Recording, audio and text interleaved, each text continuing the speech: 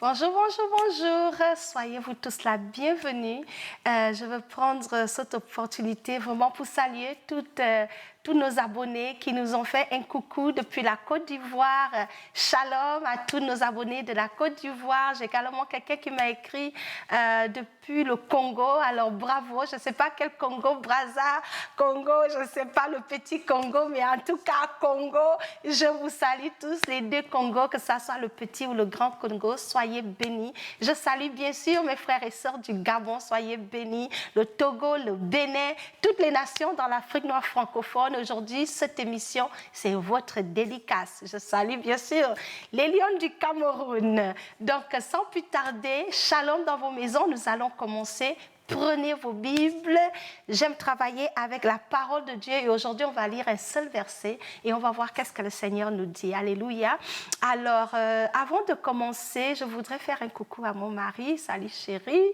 Je sais que tu nous as regardés et tu as d'ailleurs commenté dans nos émissions. C'est pour moi un vrai plaisir d'avoir un mari qui ne voit pas en Jésus un rival, mais qui prend plaisir à me voir servir le Seigneur comme je veux, qui me soutient. Merci, sois honoré. Je t'embrasse. I know you're gonna look at this, so I just want to say, hello, Mr. Chéri Coco.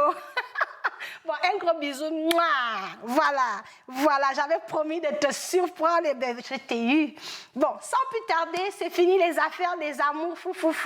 On revient à la parole de Dieu. Alors aujourd'hui, pour celles qui ne me connaissent pas, je m'appelle FIFA et cette émission s'intitule Femmes éveillées. Femmes éveillées, eh c'est une idée du ministère des Lions Unis en Christ. Le ministère des Lions Unis en Christ, c'était un ministère des femmes passionnées de Jésus et nous sommes partout dans le monde. C'est vraiment des femmes extraordinaires. Je suis bénie de travailler avec toutes ces femmes. Donc voilà, vous me voyez, mais j'ai toute une équipe derrière. Soyez bénis à toutes les lionnes. Je vous aime. Alors, passons aux choses sérieuses. Maintenant que j'ai fini de passer le bonjour, j'espère que je n'ai oublié personne. Alors, le titre du message d'aujourd'hui, je l'ai intitulé « Le meilleur de Dieu ». Conditionné par ton obéissance.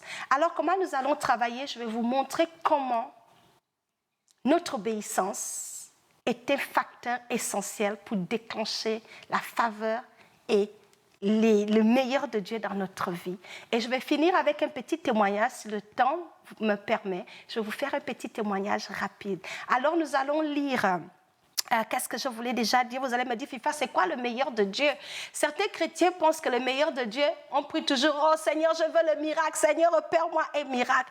Est-ce que vous savez qu'il y a une grande différence entre le meilleur de Dieu et le miracle? Je m'explique. Le miracle, c'est quelque chose, disons, j'ai mal à la dent, oh Seigneur, la dent, je veux une nouvelle dent. Pas, j'ai une nouvelle dent, ça s'est passé une fois, that's it, c'est le miracle. Mais le meilleur de Dieu, c'est d'avoir les dents en bonne santé. C'est de vivre dans la bénédiction de Dieu tous les jours. Alors que de chercher le miracle qui agit une fois, ça arrive occasionnellement et pour une circonstance donnée, le Seigneur voudrait en principe que nous vivons pour toujours dans la plénitude de ses bénédictions. Donc la bénédiction, le meilleur de Dieu, c'est mieux que le miracle. Est-ce que j'étais étonnée? Eh oui, j'étais étonnée. Le plan de Jésus-Christ de Nazareth en mourant sur la croix était de nous donner la vie et la vie en abondance, dans sa plénitude à tous les niveaux et chaque jour au quotidien. Tu ne dois pas être contente aujourd'hui parce que ton mari t'a fait un câlin. La joie doit faire partie de ton quotidien parce que la joie du Seigneur est ta portion. C'est ça le meilleur de Dieu, quelque chose qui est dans le long terme.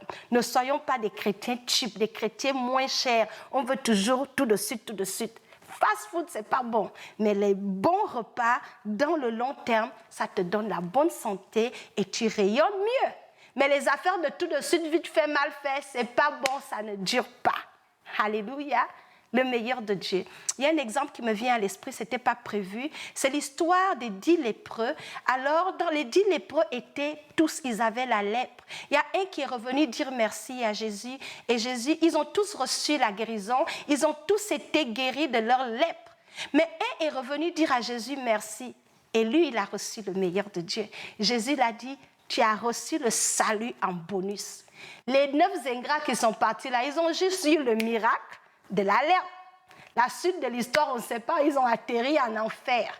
Le miracle, ce n'est pas le meilleur de Dieu. Le meilleur de Dieu, c'est ce qu'il fait dans le long terme dans ta vie. La plénitude de sa grâce qui coule dans ta vie, physique, spirituelle, émotionnelle, tu vis ça au quotidien. Donc voilà, je vais dire que le meilleur de Dieu, c'est la bénédiction de Dieu dans ta vie qui ne se fait suivre d'aucun chagrin. Alléluia. Et dans mon message, aujourd'hui, le focus était de vous montrer comment est-ce que la bénédiction de Dieu est conditionnée. C'est ce qui bloque plusieurs chrétiens.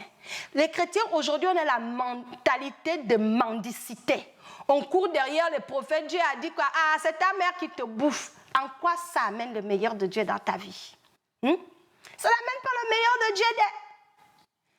On court derrière le pasteur, prie pour moi. Il finit de prier pour toi, tu retournes. Tu ne comprends pas les principes. Ta vie sera pareille. Ce n'est pas que le pasteur n'a pas prié. Toi-même, qu'est-ce que tu fais pour attirer le meilleur de Dieu? Il y a quelque chose à faire. Je ne suis pas en train d'inventer, c'est dans la parole de Dieu. Donc sans plus tarder, prenez vos Bibles. Nous allons lire le verset qui parle de la bénédiction. Ça se trouve dans le livre de Deutéronome, chapitre 28. Je vous encourage à lire tout le chapitre 28 du verset 1 au verset 14. Je vous invite à lire. Je ne vais pas prendre tout le verset, je vais juste dire quelques affaires. Alors, on va commencer par le premier verset. Regardez la condition. Deutéronome, chapitre 28, verset 1. Voici ce que dit le Seigneur. Si tu obéis à la voix de l'Éternel ton Dieu, en observant et en mettant en pratique tous ses commandements que je te prescris aujourd'hui, l'Éternel, ton Dieu, te donnera la supériorité sur toutes les nations du monde. Verset 2. Voici toutes les bénédictions qui se répandront sur toi et qui seront ton partage lorsque tu auras obéi à l'Éternel, ton Dieu. Excusez-moi, on va aller jusqu'au verset 3. Il dit, tu seras béni dans la ville, tu seras béni dans les champs. Le fruit de tes entrailles, le fruit de ton sol, le fruit de tes troupeaux, les portées de ton gros et de ton menu bétail, toutes ces choses seront bénies. Je m'arrête là. La suite, vous-même, vous allez continuer. C'est un verset wow. Et quand j'ai lu ça, ça cliquait tic, tic, tic, tic depuis 2 semaines. Et Dieu me montrait que c'est conditionné. Comment un verset comme ça, avec autant de bonnes choses, Dieu s'est arrangé à mettre si dedans. Quand il y a si, ça veut dire que c'est conditionné. C'est ça, on ne comprend pas. La Bible, il y a tout dedans. On cherche Dieu là où il n'est pas. C'est dans sa parole. Le plan de Dieu pour ta vie, ma soeur, c'est dans sa parole. Tu veux les bénédictions dans le long terme, c'est dans sa parole.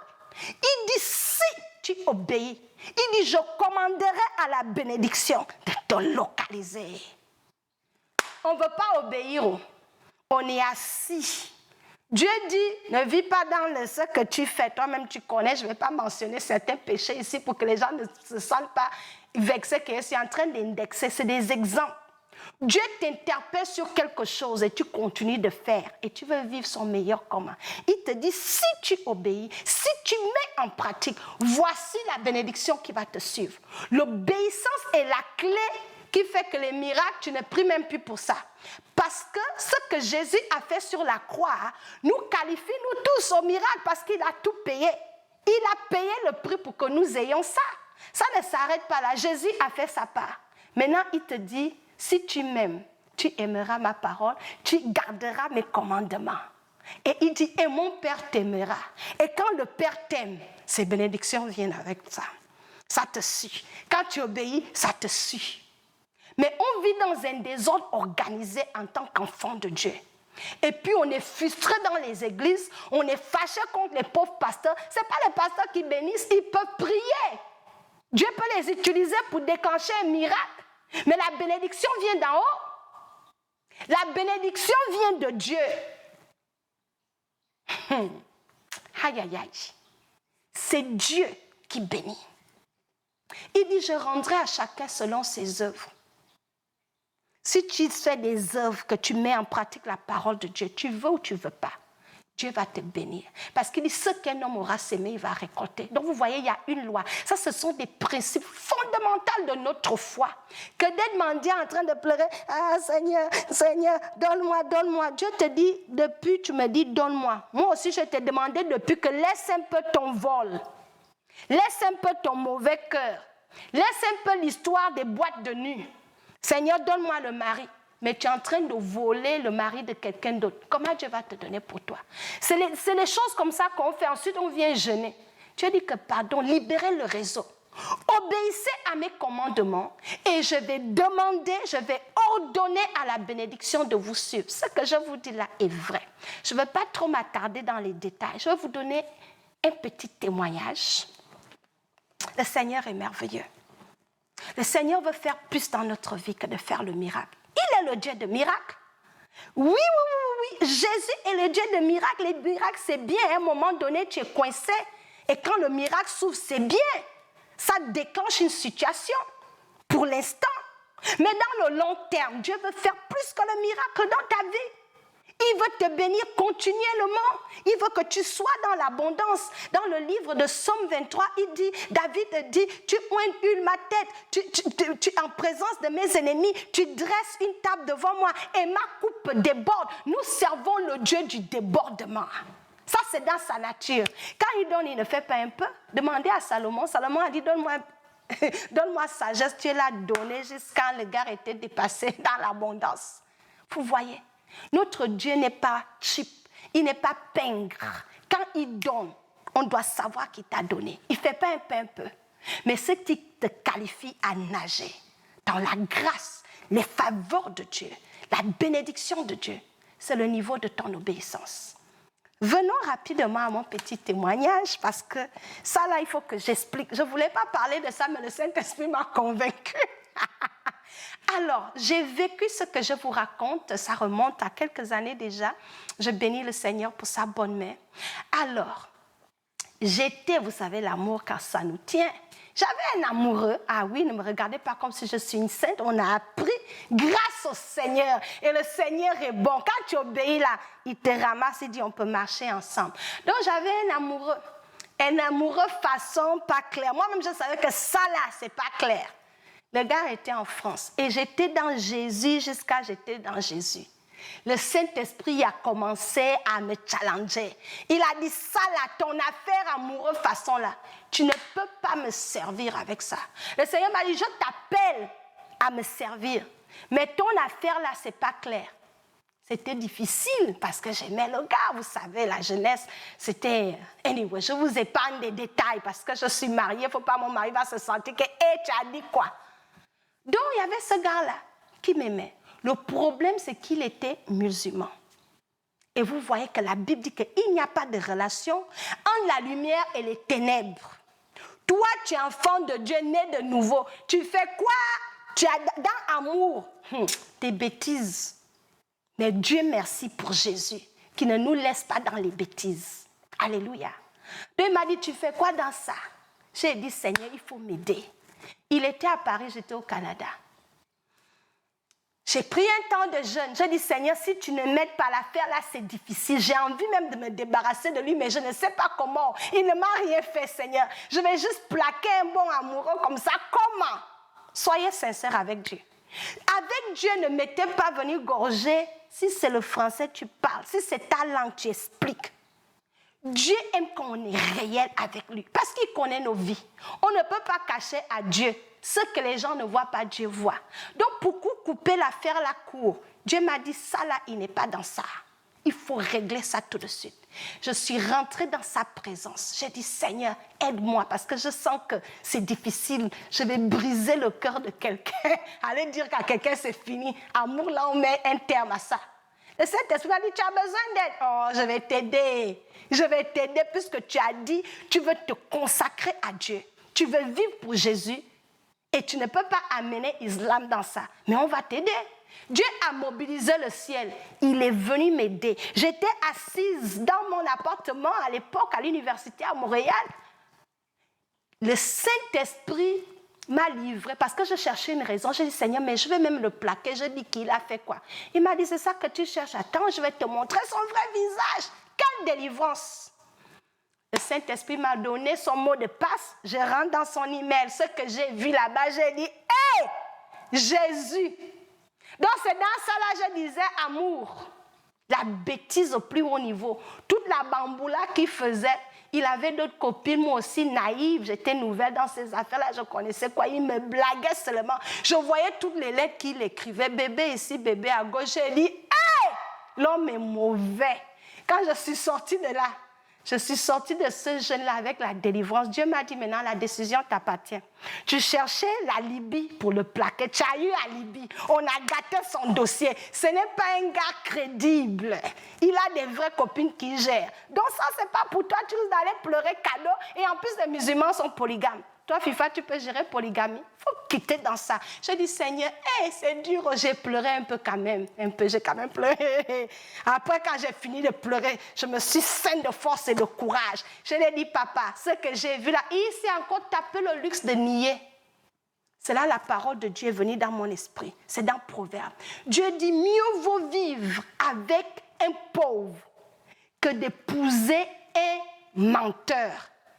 Parce qu'au lieu même de reconnaître dans quoi il était, il nie en bloc, il dit c'est les gens qui me racontent des choses. C'est là où il a tout gâté.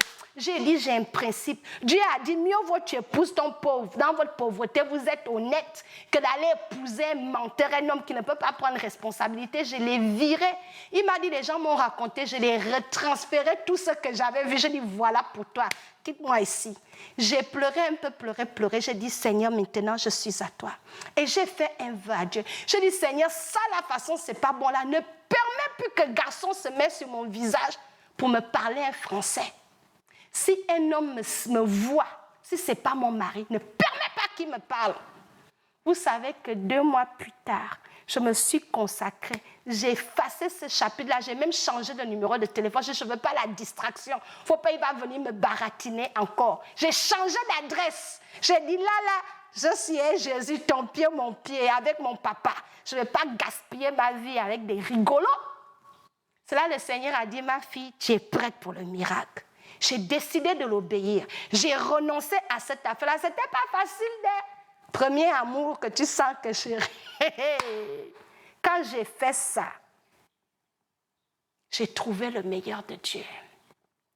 J'ai rencontré mon mari à la banque sans casser le corps. C'était un de ces jours où toi-même tu es comme même un fou ne peut pas te regarder. Dans mes galères d'étudiante avec un faux jean t-shirt façon babouche, on appelle les babouches là les sans confiance. Pour ceux qui sont au Gabon, j'avais mes sans confiance aux pieds. Même un fou ne peut pas te regarder. Au Canada, dans mes galères, je rentre à la banque et j'étais même bien fauchée le jour-là à la banque. Et j'ai vu quelqu'un qui m'a regardé. Et j'ai rencontré l'homme de ma vie. Aujourd'hui, 18 ans plus tard, depuis que je l'ai connu, je vis le meilleur de Dieu. Pas parce que c'est un saint, mais c'est parce que c'est un homme qui craint le Seigneur. C'est un homme qui me respecte et qui me donne la paix.